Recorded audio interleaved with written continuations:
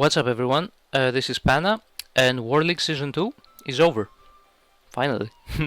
Yeah, so I bet a lot of people do not know even what Edison World League is. Maybe you have heard of it, but it basically started like March this year, early March, late February, and we've been talking about it since January, so it's like been going on for like 5 to 6 months, or you can say the whole year round.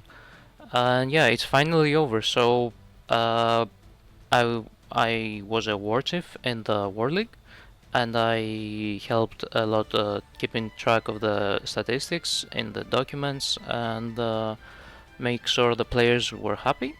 So I wanted to share a bit of the statistics for the playoffs.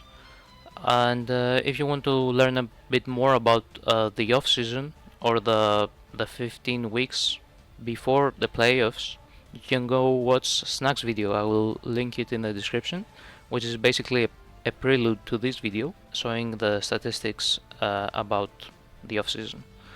So yeah, I will talk a bit about the playoffs because basically they just wrapped up this week. So World League, they signed up 32 teams with 8 players each, and they played the 15 weeks. And during those 15 weeks, the top 12 teams were guaranteed to go into the playoffs. So here is the playoff seed, the wildcard round. Basically, this is like the first round. So if you win this, you go to the quarterfinals, semifinals, finals, and then you have the champions. Shout out to Twilight Trail for winning season 2. And yeah, so these are the top 12 teams out of 32 teams. Again, 8 teams, 8 players per team. And yeah, so these are the cream of the crop. So the best players. So while we might not have the volume of the off season, this is certainly better quality of statistics. So yeah, I wanted to explain a bit of the structure of how the playoffs work, just briefly, so that if you don't know anything about this, maybe you get an idea. So basically, you have these teams. So let's say Ring of Destruction and Elite Four, and yeah, so each player chooses 6 out of their 8 players, and they go against each other, as you can see. These are like examples. So, and they go into the wave 1, so 6 versus 6, and the green indicates that they won. So these 2 players that won move on to the wave 2, and these 4 players that won move on to the wave 2 as well. So since it's 2 versus 4, the team B chooses 2 of those 4 players to play during the wave 2, not the other 2, and until there's no player remaining, basically. So as you can see here, Didi Warrior Lady and Mystic Swordsman level 2 beat the other 2 players, so they move on to wave 3, and the players that did not play move also to wave 3. Wave 3 it's a 2v2, Mystic Swordsman wins from Team A, and Gravekeeper Spy wins from Team B, so it's those 2 that move on to wave 4, and ultimately Mystic Swordsman level 2 wins over Gravekeeper Spy, so Team B does not have any players remaining, so Team A wins the week and they move on to the next round, whether that is quarterfinals, finals, semifinals, or whatever. And yeah, so I just briefly wanted to go over this because, as you can see, Mystic Swordsman level 2 might be, let's say for example, on Black Wings, and so he did not play 1 game of Black Wings, he played 1, 2, 3, 4. That's why the matchup matrix that I will show you later will have a ton more games than the decks shown in the graphs later. Yeah, so I just wanted to let you know to keep that in mind, and maybe teach a bit about structure, because maybe you have not seen the 6v6 Iron Man structure. Okay, let's go into the statistics, enough yapping.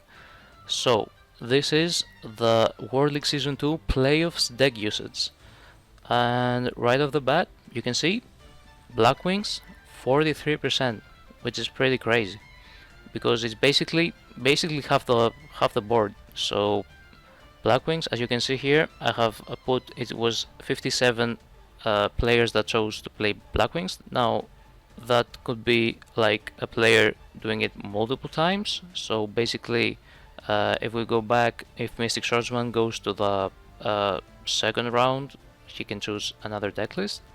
I forgot to mention maybe that Mystic Swordsman here has to play Black Wings and has to play the same deck for each of the waves. But when he goes to the next round, which is like quarterfinals, he can choose a different deck, but he's locked in that deck for that round. I hope that makes sense.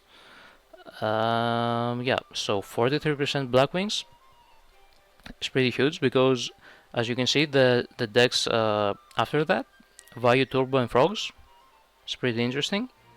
25 and 25, so the same amount of people entered with Vayu Turbo and Frogs. A lot of people put that Vayu was better than Frogs or whatever, but here the pick rate is the same. Yeah, then we have Dragon Turbo, 8 of the players. Lightsworn. Lightsworn includes Christian Sworn and Lightsworn. I will show you a bit later about each deck and the different choices that they have. Machina, Hero Beat, Zombie, and 1 Dragon player. Shout out Rob the Man. Okay, yeah, so basically what is interesting about this is that a lot of people have been putting like Blackwing, Vayu, and Frog in the S tier or whatever, and as you can see the best players seem to agree with that, since they literally pick it. And yeah, it's like 3/4 of the whole pie chart. Okay, so next I'm gonna show you a bit for each deck if they have different variations of it. So for example here you can go to Vayu Turbo, which is a deck that you don't really usually see variations of. It's basically 24 pure Vayu Turbo, and it was one player that played Vayu Virus Turbo. It was Marcus from Team Bongo Boys, the last season champions. And yeah, he did pretty well. He beat the last season's MVP, and his team lost, unfortunately. But yeah, he showcased the Vayu's Virus Turbo, and I had to talk about it since it does have Eradicator in it and viruses in the main deck. Yeah, the other players just played the pure Vayu Turbo. You can, if you want to see like the matches for this deck, for like the Vayu's Virus Turbo, or you can just, or if you want to just see Vayu Turbo, you can go in the Beastmode Discord and check out the replays. But yeah, it was interesting that one of the better players, he decided that Vayu Virus Turbo was worth bringing in the playoffs. Yeah, let's go into Frogs. Frogs has 88% of the frogs were Hero Frogs, and there were like 3 different decks. So there was James Ark's Dream Frogs or Fishborg Frogs, basically the version with Death Frog and Fishborg. I believe he played 1 match and lost, so it didn't really do that well, but it is a frog version nonetheless, and he brought it to playoffs. It was one player from an Italian team that played Plant Frogs. And finally, this is my favorite deck basically from all the playoffs. It was Raunak, that basically brought Burn Frogs, that has Zoma the Spirit and the Injection Fairy Lily and creature swaps. It was a really cool deck. Unfortunately, they got eliminated round 1, even though his deck won some of the matches.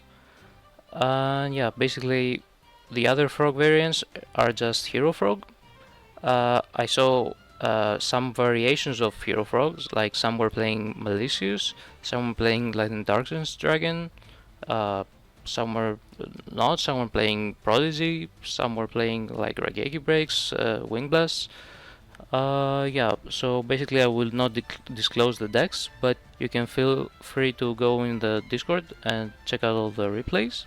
There are a ton of replays of Hero Frogs versus Blackwings versus the Mirror versus Vayu Turbo versus whatever. Yeah, this is it for Frogs. Next up, it's Lightsworn. So 4 of the players were playing pure Lightsworn, and the other ones were playing Christesworn. So it's about 50-50. And yeah, a lot of people saying that these decks are kind of different, but We basically have always grouped them up together because they have the sworn name, and it's easier to do in the dock. But yeah, they do pretty similar stuff. Maybe they're both pretty high rolly, I would say. Yeah, this is the deck representation basically. Next up is Machina. So this is interesting because we have 3 Machina control and 1 Machina quick draw that went absolutely nuts in the round 1, so I believe it was Freya. She like beat 3 or 4 people in a row with it. Like they were all on Blackwings and like other scary decks that usually you see a quick draw lose. So it was pretty good overall. Like it was only brought 1 time, but it performed. Yeah, you wouldn't expect to see like quick draw in today's playoffs, as per se. And yeah, so after this, I wanted to make some observations. Well, the other decks, like you can see, Blackwings was just pure Blackwings, Dragon Turbo, pure Dragon Turbo. Yeah, there was not much to talk about these decks. So I wanted to talk about Hero Beat. So Hero Beat, there were like I believe like 4 decks. Let me check. It was 3 Hero Beat decks, and yeah, I'm indicating not songs because they were not playing Diva at all. So none of them were playing Diva. They were primarily pure Hero Beat, like with Skill Drain. I think one was not on Skill Drain, but was on Beast King Barbers and Gemini Lancer and maybe like Snowmans. But I wanted to indicate that the better players decided to play pure Hero Beat, maybe as a I mean, it's pretty certain that it is as a counter to Blackwings because it was such highly represented. So they believed that pure Hero Beat did a lot better than Diva Hero Beat, which I found pretty interesting. Even if it was not like picked a lot, some of them picked it and preferred the pure version. So the other deck is Zombies, and Zombies were not playing Ultimate Offering or pure Zombies or the instant version. They were all playing Diva Hero Zombies. So basically the Jake XO version or the Silsa's Ruin. So I think these were the 2 players that piloted the Zombies in the playoffs, and they decided that pure Ultimate Offering instant Zombies, not it. It's all about the explosive power of the heroes and Miracle Fusion. So yeah, these were some interesting observations about the statistics. Also, another observation is none of these decks. Where are they? Where's Amaryllis? Amaryllis is like on everybody's tier list right now. It's like tier 1.5 or whatever. So nobody picked Amaryllis in the playoffs, which is pretty interesting. So as I said, and I'll keep saying it, these players are the cream of the crop. They're the best players. They've been playing for 15 weeks to get in the playoffs, so they know their stuff. And none of them seem to want to pick Amaryllis, maybe because it was 43% Blackwing and Amaryllis has a bad Blackwing matchup. Same with Diva Hero. This deck seems to have like no one is picking it. And also Gladiator Beast. I mean, I wouldn't pick Gladiator Beast, but it's also a deck that in 2024 it has topped a lot of tournaments, and a lot of players are like very fan of it, and they're saying like it has a good Vayu Turbo matchup and whatever. But yeah, so these decks, I picked these 3 specifically because they were kind of high represented during the off season. These decks were not seen at all, which is pretty interesting. Okay, so what's next? Okay, so yeah, I have the playoffs matchup matrix, which is probably the most interesting thing out of all of this. So I went and watched every single match during the playoffs and logged in every statistic. So we can go and see some of them. Yeah, so Blackwings, 16 mirror matches, pretty brutal. Yeah, so they beat Dragon Turbo most of the time. They beat frogs most of the time.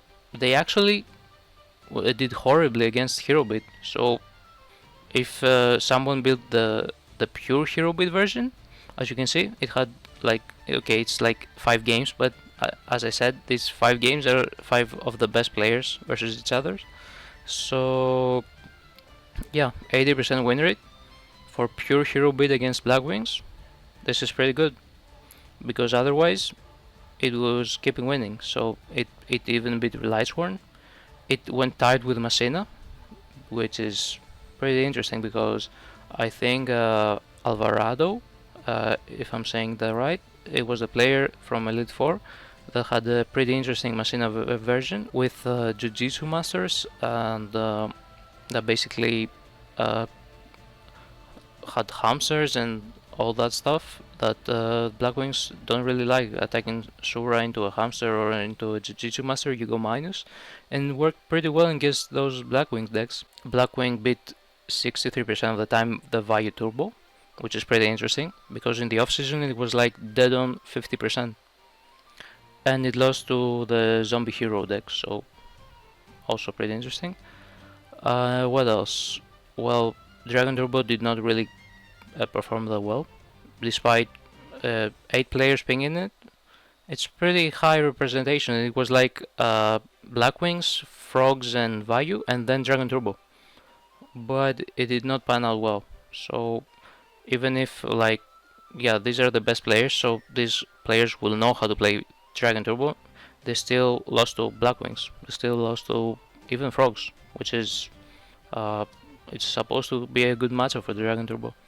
They beat Lightsworn, which is interesting. I mean, yeah. So frogs, these are mostly like hero frogs, as I said. They lost to Black Wings, and yeah. So over here you can see the overall win rate of the decks, because I don't have to go through every single one of it separately. So Black Wings 55% win rate. It has the most representation, 55% win rate.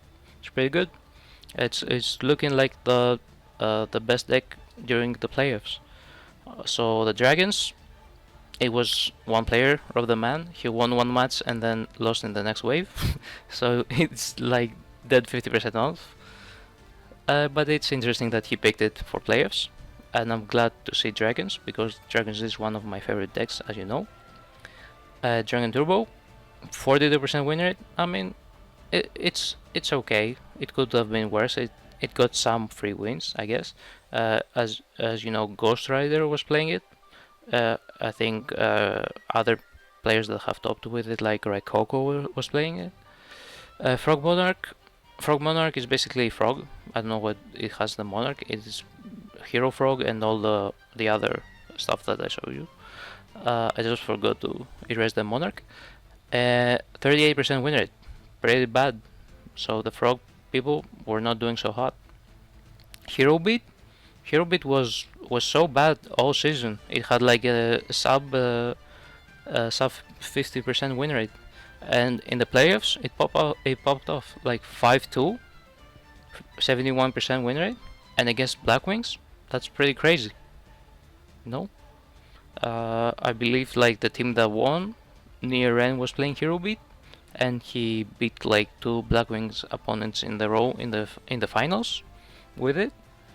And yeah, it's pretty interesting. Lightsworn 1-7.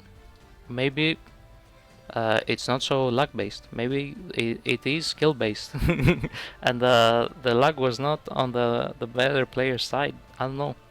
So 13%, it's awful. Even though a lot of people picked it, it like lost almost every single match, which is crazy. Even like against frogs, it's like supposed to be a good matchup. At least Chris run. Machina, 75% win rate, crazy. It's pretty good. As I said, it was mostly like Freya, which is Machina quick draw, which is Freya and Alvarado, I believe, and obviously you can go to the doc and see who played what. I'm not here glazing the players, but yeah, it is pretty good for the low representation. Vayu Turbo, 18-19, about 50%. It's okay. I mean, Blackwing did better than Vayu Turbo. It had a lot more participants, like 48 wins to 18 wins, yeah. And the zombies, JXO and Silchos basically carried this deck, 67%. JXO, I think round 1 was making a huge effort to win for his team, but ultimately he lost. So yeah, rip the Bucks. And finally, I have another interesting set of stats. Does going first matter? I went and watched all the matches. It was basically like 110 matches, and you'll be like, wait. It's like it says here 56 and 53. It has 109. Yeah, it was one match. One player was disqualified for round 1, so that's why RPS did not matter. So basically, I went and watched all those matches, and the 56 out of the 110, basically the player that won the RPS won the game, and the other 53, the player that lost the RPS won the game. And it's pretty interesting because 51% going first win, 49% going second win. Yeah, like a lot of people have been saying that this is a coin flip format, but well, you won the game, so you won the RPS, so you can go first, so you win the game. But as you can see in the playoffs, where it's once again the best players, that they do not really care about the RPS, so it's maybe not the RPS that determines the winner. It's the better player. And yeah, on that note, I wanted to end the video. Once again, you can go in the Beastmode Discord and watch all the replays. You can go and ask questions. Season 3, will it happen? We don't know. Will it be this year, next year? Probably next year. I have no clue.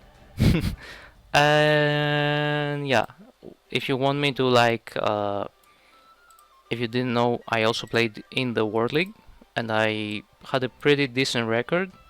I don't remember, like 9-4, 9 something like that. So, and I played some wacky decks because I can be playing like the same deck over and over. I can post like a video showing that if you want to. I played like Ancient Gears, Kozaki, of course. So yeah, if you want to see that, tell me in the comments. If I missed something, tell me. If you find anything else interesting, go ahead. And this is Pana. I'm signing out. Peace.